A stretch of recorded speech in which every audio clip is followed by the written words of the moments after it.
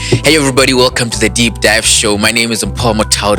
Our goal with the show is to bring you and I in proximity to the people and ideas that will show us that it is possible and it can be done, and eventually help us achieve on our dreams, on our goals. Today, ladies and gentlemen, we have a special guest. This man is a writer, he's an international speaker, the founder and managing consultant at Talitha Cumi. Ladies and gentlemen, help me in welcoming to the show today, Mr. Pako Moshaga. Thanks Welcome so much. to the show, my brother. Thanks. Much appreciated, mate. Thank you so much for coming through. I think the first question I can ask, can you let us in on the beard oil? What are you using there? On the plug, eh? Yeah, give it. All right, so I'm struggling, man. I'm struggling.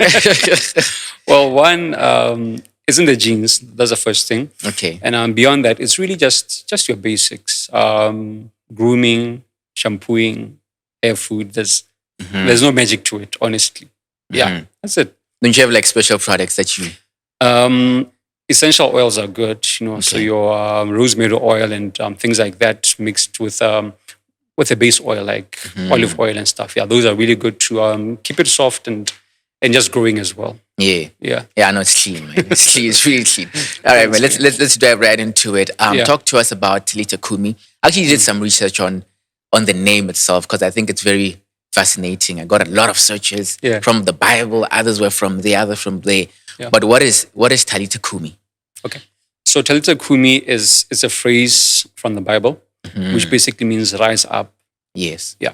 So it's a name that I chose for my company because what I do is that I help people to discover themselves, to become better versions of themselves. And so I found it fitting. I'm a Christian for one. So I was like, okay, this is a perfect combination.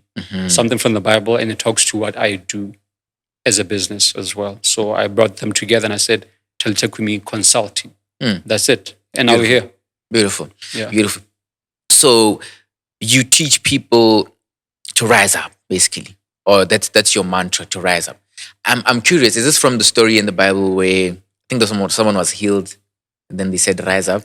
100%. I think I don't know if it was Jesus. I'm a Christian too, but I'm getting embarrassed now because I'm not. But I know there's a story where it was like rise up and walk, or rise up and Exactly. beautiful, man.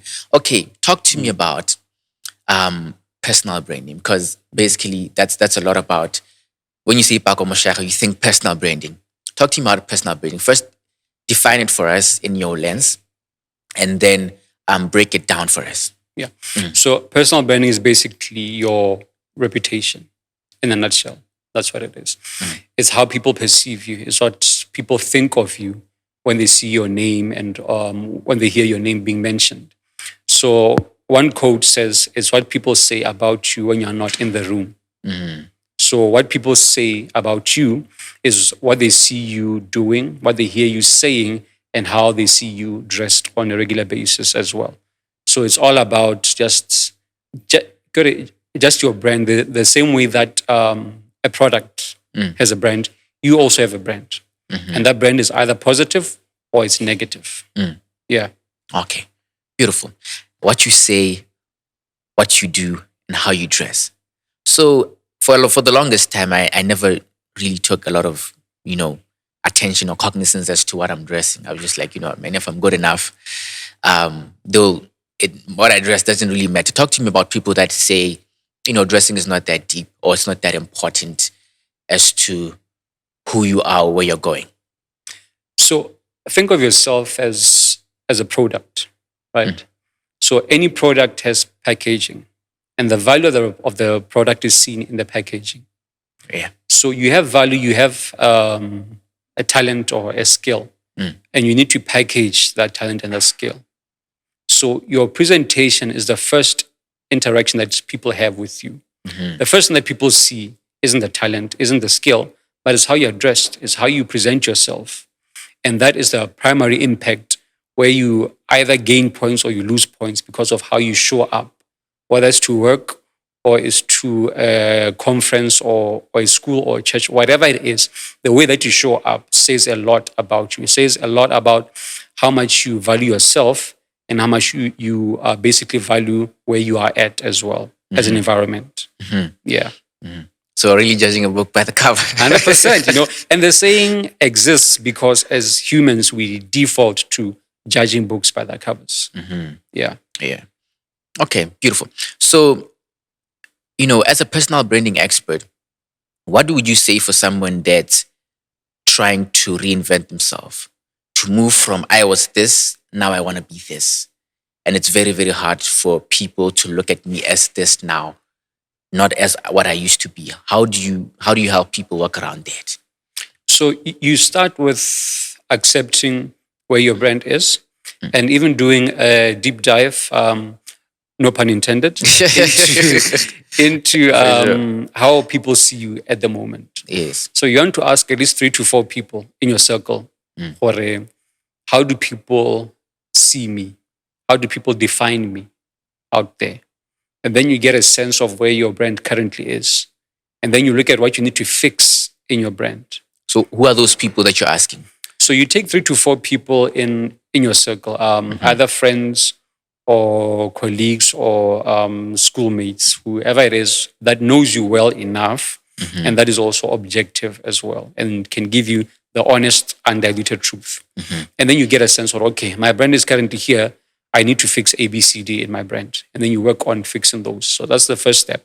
Then the second step is saying, I want to build this kind of brand. So for me to have this brand, what do I need to be doing differently? Do I need to be dressing differently? Do I need to be having certain skills? Do I need to be in certain circles? Or what exactly do I need to achieve this brand? I'll use myself as an example. Beautiful. So I started this about 4 years back, public speaking. So I first had to decide what kind of public speaker do I want to be? And I said, I want to be a corporate speaker. And then I sat down and I said, okay, what's the image of a corporate speaker? It's formal, suits all the time. And then I said, what's the character of a formal public speaker? It's language that is always professional, etiquette that is also aligned to someone that is in a business setting. And then the third thing was that I had to look at the speech or the type of talk that a corporate public speaker has. And then I worked on that as well. So I mapped out what I needed to do in order to reach that brand.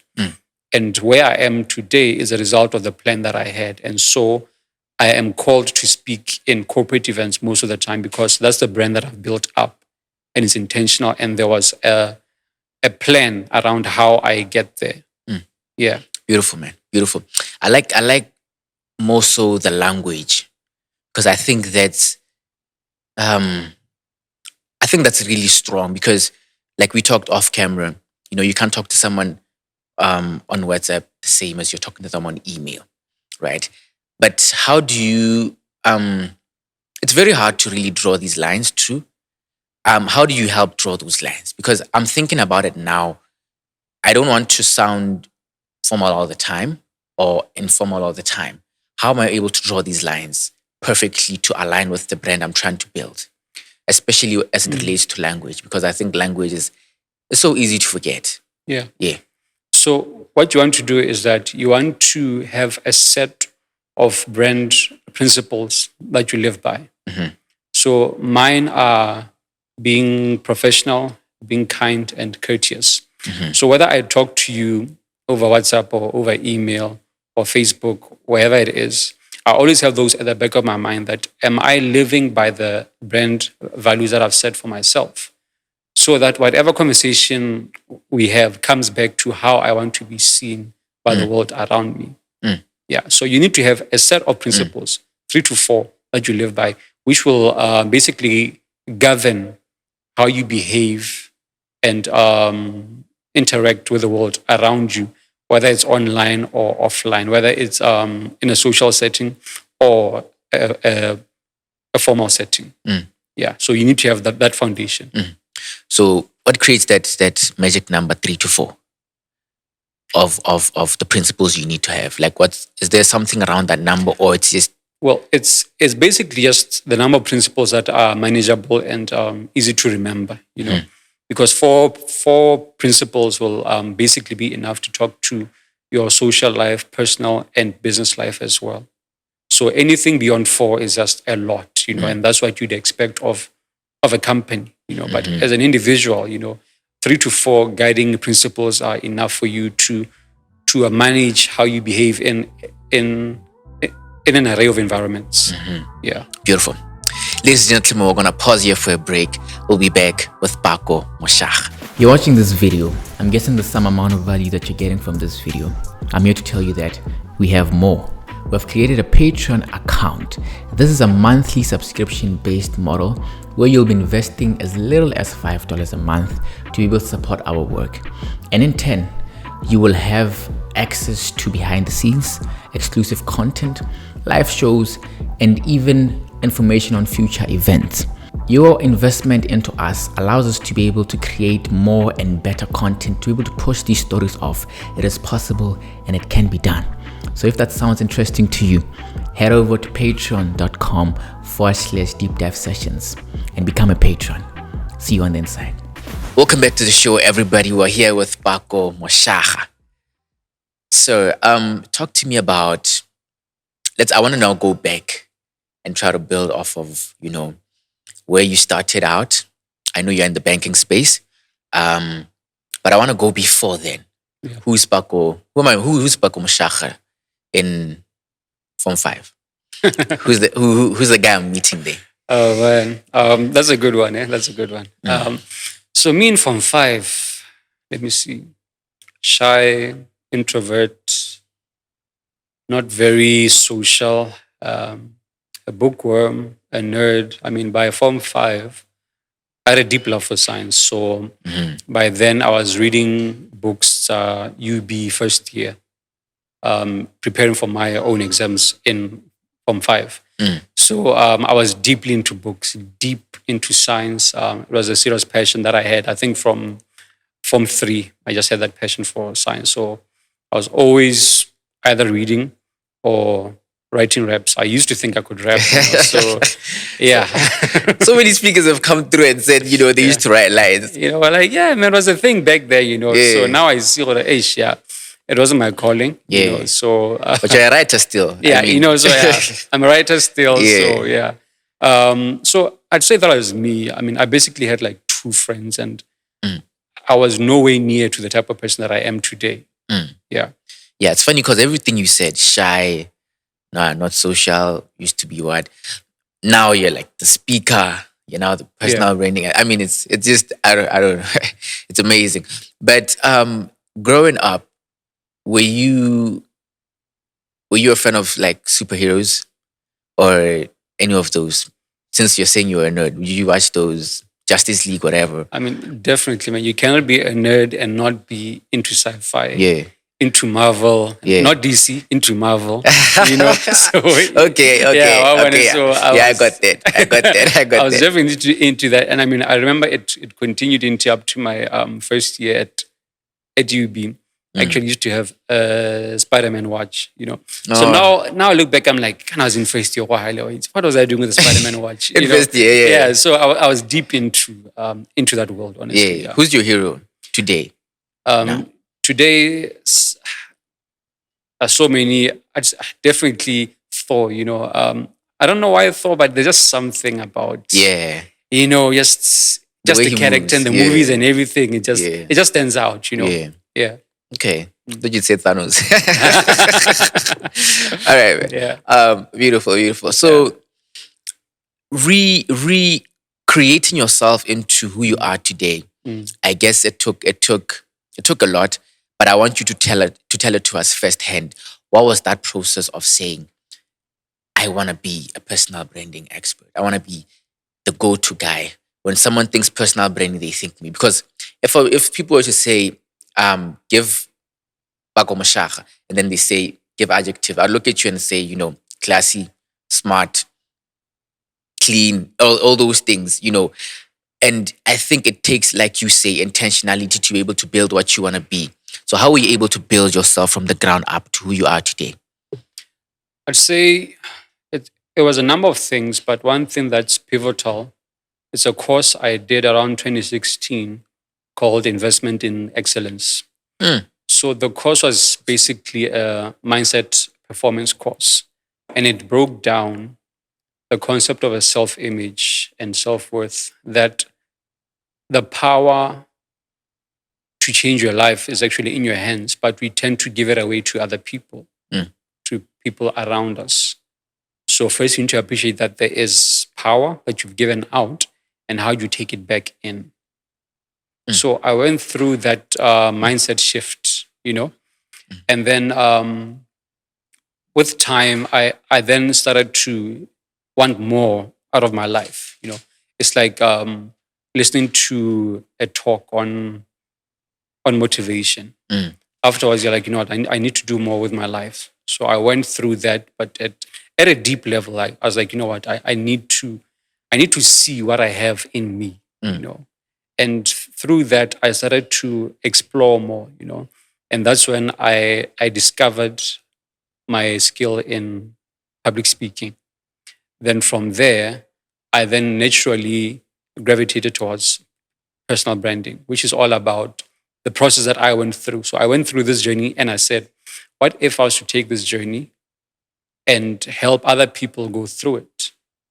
So that's how it then became a business around personal branding, which the foundation of it is your self-image. So if you don't see yourself in a positive light, you can never dress in a positive way. So if you're filled with self-doubt, it shows in how you dress, in how you speak about yourself, how you carry yourself around other people. So I work with people to help them first change that image that they have of themselves. And then as they change that image that they have, the world around them just changes. The more you think highly of yourself, the more you want to dress in a certain way, the more you want to speak about yourself in a certain direction. And the more that other people around you now start to see that difference and they treat you the way that they see you treat yourself. Beautiful. Beautiful. I need to pause for a second. Beautiful. I hope they got it. Because that was powerful. So I'm thinking about this as you're speaking. Like, most of us, if not all of us, kind of always know what to do. Like, we know these are the steps I should take to improve my life. But we don't end up doing those things. What is that difference between someone who's going to watch the same video you watched with you took action, they didn't? What's the difference there? How can you be able to make yourself kind of move from just it being head knowledge to practicality? The difference is actually more internal and less external. So it's less about that video and more about your mindset and your thought process. It starts with one, having a vision for your life. Because vision is what will then dictate your actions and your behavior and your thought pattern. So if you have an ambitious vision, you will naturally be very disciplined because you're like, you know what, I have so much to do by a certain time. Let's say you want to run a large group of companies by end of 2025. You don't have much time. And so any free time that you have is precious to you because you're like, I have to achieve this great task in a few years. So in the absence of that huge vision, time doesn't have much worth, doesn't have much value because you are not moving towards anything grand, anything huge. So until you see yourself achieving something bigger than you, much, much bigger than you, something global even, then you'll never get the energy and the discipline that you need to work on yourself. So it starts with that vision. And like the Bible says, writing it down. Yeah. Beautiful. We're going to pause here for a break. We'll be back with Pako Moshaga.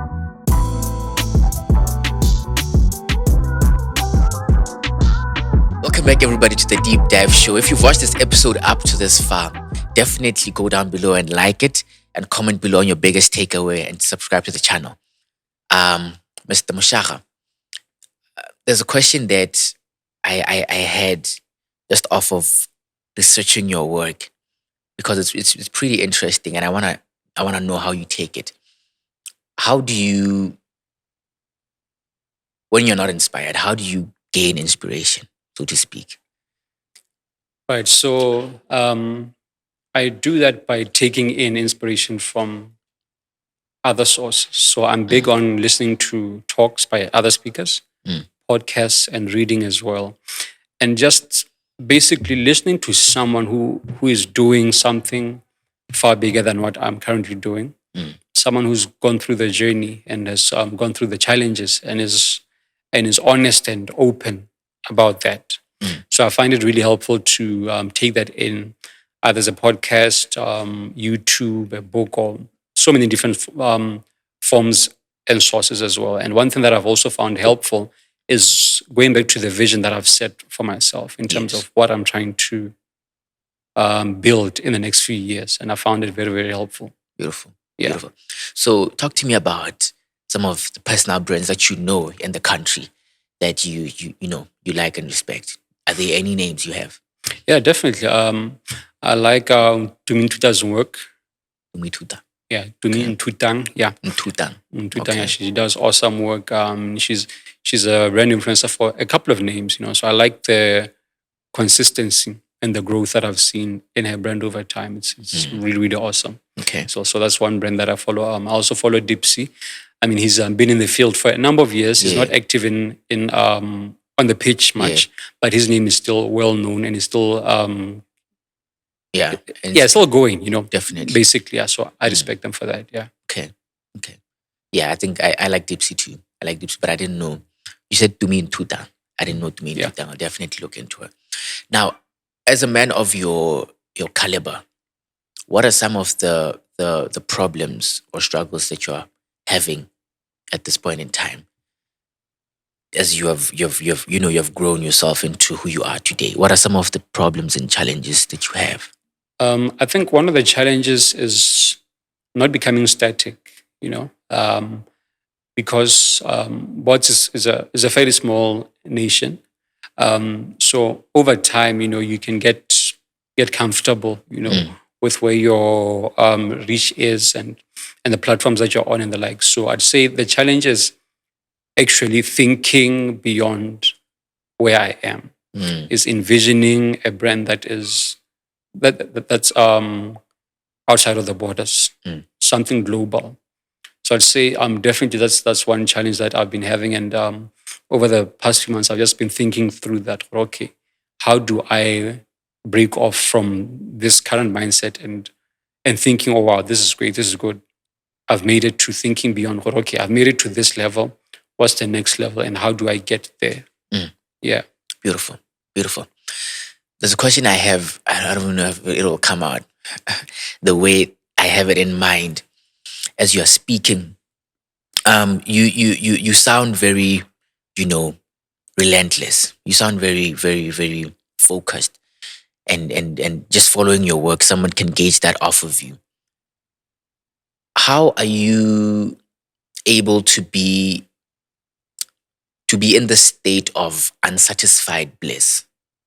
Where you know that you've gotten to the peak of this mountain, but at the same time you're at the bottom of another one, and be able to keep that same energy, same drive, same.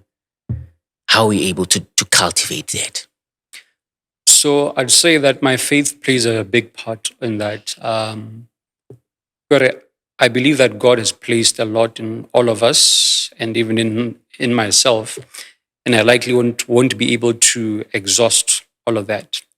So with each level, with each stage, I'm thinking there's more than this, because I look at who God is and how large He is, and I'm saying, if He put something within me, then it's definitely something that is way bigger than me and way bigger than what I could ever think or even imagine. So that's the mindset that I have, that there's more to me than what I see right now. And there's always a next level. There's always something bigger than what I am doing now. Yeah, and that's the foundation of my mindset. Yeah. Beautiful.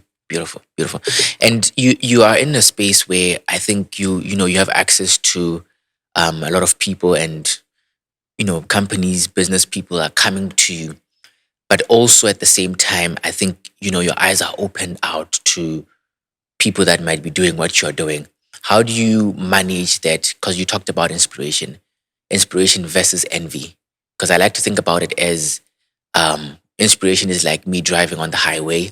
Then I see I'm just driving my Corolla. Then I see a Lamborghini and I'm like, man, it's a beautiful car. Then I continue driving. Yeah. But if I continue looking at the Lamborghini, I'm going to end up crashing into the Lamborghini or crashing onto the side of the road, because then that's no longer inspiration, that's now envy. How are we able to balance that dichotomy and be able to know that I can look but not, I don't know if I'm making sense. How No, are I we get able you. to I get draw you, that yeah. line and be able to make it inspire you instead of develop envy? So one thing is that we need to appreciate that we all have different journeys. Yes, sir. All of our journeys are unique. We might have the same goals or the same calling, but the way that we go about it will always be vastly different. Yes. So it's okay to be inspired by other people and to see what they're doing, but don't ever think that just because someone is doing exceptionally better than you, that it makes them better than you. You see, it's just that they may have started earlier than you, had different advantages, grew up in a different time that made it easier for them to get to where they are at the moment. So I appreciate that there are different factors that play behind the scenes. Yeah. And it comes back again to vision. If you have your own vision, a strong, inspiring, and challenging vision, you'll always be focused on what you are building and what you are trying to achieve. So if you don't have your own vision, you'll be inspired by someone else's vision, and you want to have that as being yours now. So until you can have a clear path of where you're trying to go, you'll always get distracted and just taken by the wind. Yeah. Well put, sir. Well put. I want to come to you being a speaker now. What do you think are those key factors or key attributes that you need to have as a speaker? And also walk us through, your first speech and how you learned off of that to where you are today. All right. So my first speech was in 2018. I did it not really keen to do it because by then I didn't think I was a speaker. So I did it anyway. It was a small audience. So I was like, okay, if this bombs out, it won't be that bad. Yeah. So I did that. Went amazingly well. And that's how I was like, oh, okay, so I can actually do this. And I tried the second time, the third time, and now it's been a number of years, And in terms of the attributes of a speaker, one is that you need to have a style, that you use as a speaker. Are you a corporate speaker? Are you a more social, light-hearted, funny speaker? Are you inspirational? And beyond that, what do you want to achieve through your talks? Do you want to inform people? Do you want to educate people? Do you want to inspire a crowd? What exactly are you trying to achieve with your speaking? Then beyond that, you want to have content. What are you talking about? You can't talk for the sake of talking, but there needs to be certain defined content that you speak to. Is it helping people to develop themselves? Is it helping people to run businesses or what? There needs to be a clear path that I'm a speaker and this is my topic. This is my field. Because if you speak about anything and everything, it's hard for you to then build a brand in terms of what type of speaker are you, what type of events can maybe people call you for. So every brand is defined. It's a clear brand which is in this lane. So even as a speaker, that needs to be crystal clear. Beautiful. Well put. What do you say about people that say that, there's been a bad rap about motivational speakers? What do you say about that in terms of what people say? They say motivation is temporary. It's what? What do you say about that? What are your thoughts on that? Well, to that I say motivation is like it's like a spark plug in a car. It's meant to jumpstart the car, meant to ignite the process of the car starting and ultimately moving. So motivation is a spark plug that will jumpstart everything. Beyond that, you as the driver actually now need to move the gear, move the pedals and actually drive the car. And the car in here symbolizes your life. So someone jumpstarts you to think, I need to do something with my life. I need to do better. I need to think more about what I'm doing with my future. Then from there is for you to then sit down and say, okay, how am I actually going to improve my future and my life? What's my plan? Am I going to go back to school? Am I going to take online courses? Am I going to get a mentor, a life coach, and everything? So there's a value chain. Motivational speakers are the first part of it to ignite you and to spark the change. Mentors and coaches take you on the next path of that. So you need to appreciate that a speaker is there for an event, for an instant, to achieve a purpose of getting you started. Beyond that, you either run the journey yourself or you get a coach to go with you step by step in how to basically reach your goals. Yeah. Excellent. I actually had an aha moment as you were speaking right now. I want to go into Talitha Cumi. I think this where you say, personal branding is for people that want to gain an edge over their competition. And then somewhere in what you wrote is, it will get you through the door, but it won't get you a seat at the table. But this personal branding will get you a seat at the table, right? Talk to me about that and how you help people get that seat at the table at the company. All right. So basically what I do is that I help people manage their presentation and their brands. Everything from how you appear to how you interact with people to the skill set that you need to have to actually make a mark. Because I believe that being good, as you said, being good gets you through the door, but being great gets you a seat at the table. So being good is fine. Lots of people are good, but not many people are great. So I help people in moving from being good at something to being great at it. And you do that through, one, being good, or rather being great at the skill or the talent that you have. And then you couple it with a brand, with the packaging, with the character and the behavior that will complement that talent. And that put together is a winning package, which will help you get opportunities, because opportunities are attracted by the power of a brand. People that have endorsements right now, they gain those endorsements through the type of brand that they have. Same thing with jobs or business, whatever it is. It comes to you because of the brand that you have built up. So if you don't have a clear brand, then people aren't really sure about you. But if you decide that, okay, I'm good at speaking and I want to be known for being good at speaking, and you build a plan and a brand around that, you'll get opportunities related to speaking. Yeah. Well put. Say today I really messed up, like with my brand. Maybe there's a scandal or whatever that's really gonna kill my brand. It's gonna really, if I don't take action or do something, it's gonna destroy my brand. What are those steps or process, the step-by-step process that you would take me through to kind of help me revive and try to set myself back on track? Okay. So one, that's more of a PR thing and less of a personal brand thing. But the process is basically to, one, admit that you are at fault or that you played a part in whatever transpired. And then two, state that this is not part of who you want to be seen as. This is not in line with your principles and your values. And three, what are you going to do differently going forward? You see.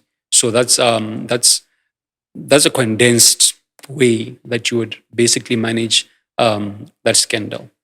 So it's very important that when you do this, you have someone who is an expert in the field to guide you through how to do it. Because oftentimes there's a scandal or there's an issue that involves us, and we respond with our emotions. We want to be defensive and want to be quick to say our side of the story. So in building your brand, emotional intelligence is important, because emotions are what get people caught up. You just go on a rant online about something, and maybe after an hour you're like, "Ish, that was too much. Let me take it down." By the time you take it down, it's gone from Facebook to Twitter to WhatsApp, and it's all over the place. Yeah.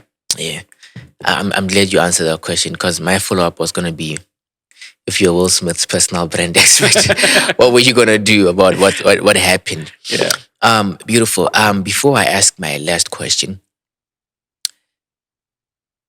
where in the whole nuance of you becoming, not nuance, but in the whole process of you becoming Pako Moshaga, what do you think is a part of you that you feel you have neglected? I think my social life to a big extent, because what I do is I'm very demanding. It demands a lot of my time, whether I'm with a client or I'm reading or I'm doing this, I'm doing that. It needs a lot of my undivided attention. So I think over time, I really haven't been that social. My friends would actually tell you that I'm probably one of the most difficult people to agree to a meetup, because I'm always doing something, So I definitely say that's one area which over time I put in the back seat. Yeah, when it comes to my life. Yeah. Beautiful.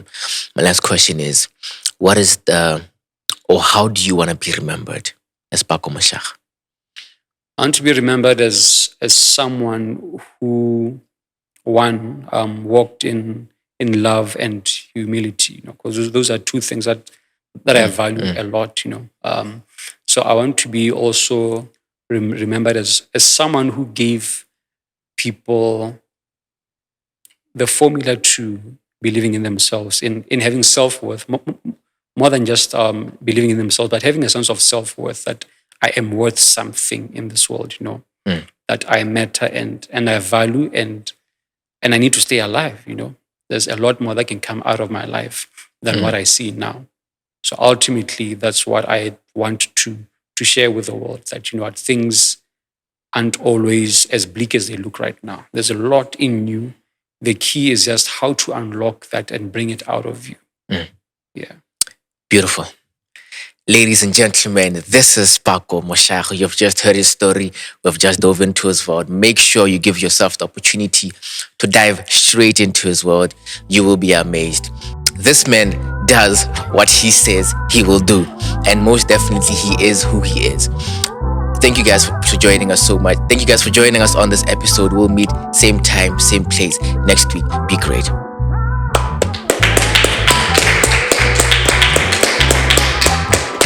Thank you, sir.